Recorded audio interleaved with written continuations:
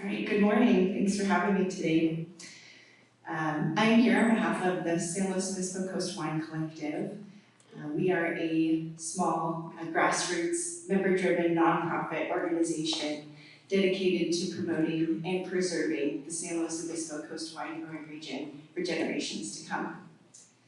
So I'm sure for those of you who are involved in the industry or actively support the industry, we've been hearing a lot of doom and gloom, kind of what's happening right now. So I hope to give you a little insight on what's happening on a world and national scale and how that's affecting us here locally.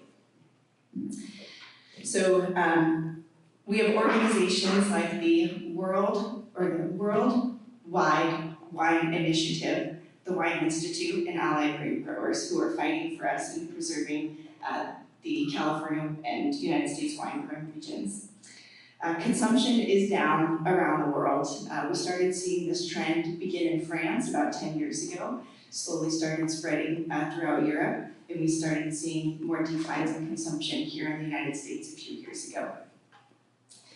50% of people surveyed under the age of 34 believe that drinking in moderation is unhealthy, but they still do it. 40% of those think any drinking is unhealthy and claim that they do not partake in any drinking. The World Health Organization has been working for the last few years to decrease the amount of consumption worldwide. They've been working very closely to have input on the 2025 dietary guidelines to remove the statement that drinking in moderation is okay, and to modify the dietary restrictions that there's no healthy level of consumption. So some information so that's on the consumer side. On the grower side, prior to the pandemic, we were in a soft market. So we saw a steady increase in sales throughout the pandemic, so thank you. And then declined back to kind of regular, normal sales back in 2021, and then we've seen it kind of go back to 2019 levels over the last couple of years. We have an oversupply. There's a lot of grapes, there's a lot of juice, not enough people drinking. Visitation to our region and most of the California wine growing regions is down about 25%. So that's the bad news. We do have some good news. Like I said, we have some really wonderful national and worldwide organizations that are working for the industry. They're researching, doing what they can to put research out there that debunks the unhealthy aspects of wine in particular.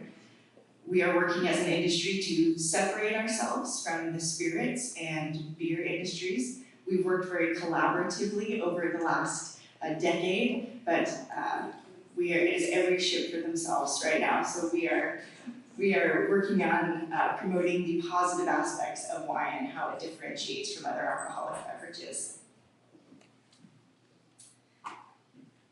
So something you don't really hear is that premium wine is on the rise. Premium wine is considered anything $15 or above. That's all of our wineries. Handcrafted and quality wines are on the rise. Consumers are still drinking. They're taking more time and really understanding what it is that they're drinking. This is all really wonderful stuff, really great information for our wineries.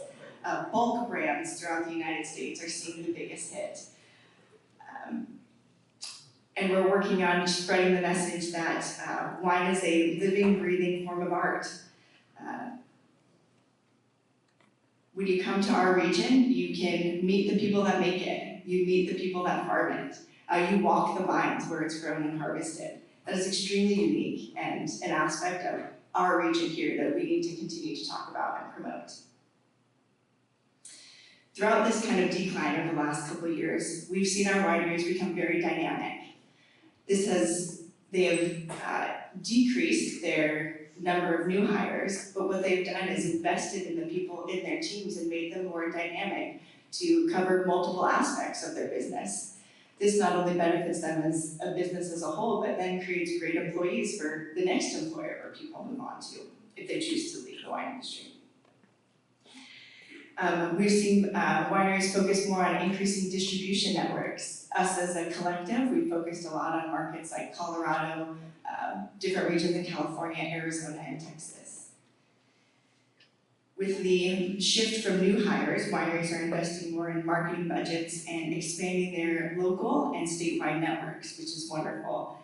For those of you business owners that our wineries are working with, you've been an incredible support to them over the last couple of years. And then we're working very closely with our tourism partners to stay top of mind. And as this region brings so much traffic because of the college, because of the beaches, and so many wonderful things, that we continue to talk about wine and that messaging. So our region is small. Generally, that's been a big challenge. But right now, this is one of our strong suits. Our winemakers, our proprietors, they're team members, they're our neighbors. They're our friends, our kids go to school together. So what we ask of our community is to continue to support each other. Bring a local wine with you when you go to your next party. Bring family and friends out wine tasting to one of our wineries if they're here visiting. But the reason our wine region was so successful during the COVID time was because of you guys, our local community and our business owners supporting us. We didn't see any wineries close during that time. We saw wineries emerge and grow and flourish at that time. So we just ask that we continue that partnership, get to know those wineries that you appreciate, and then just keep sharing the message. Thank you.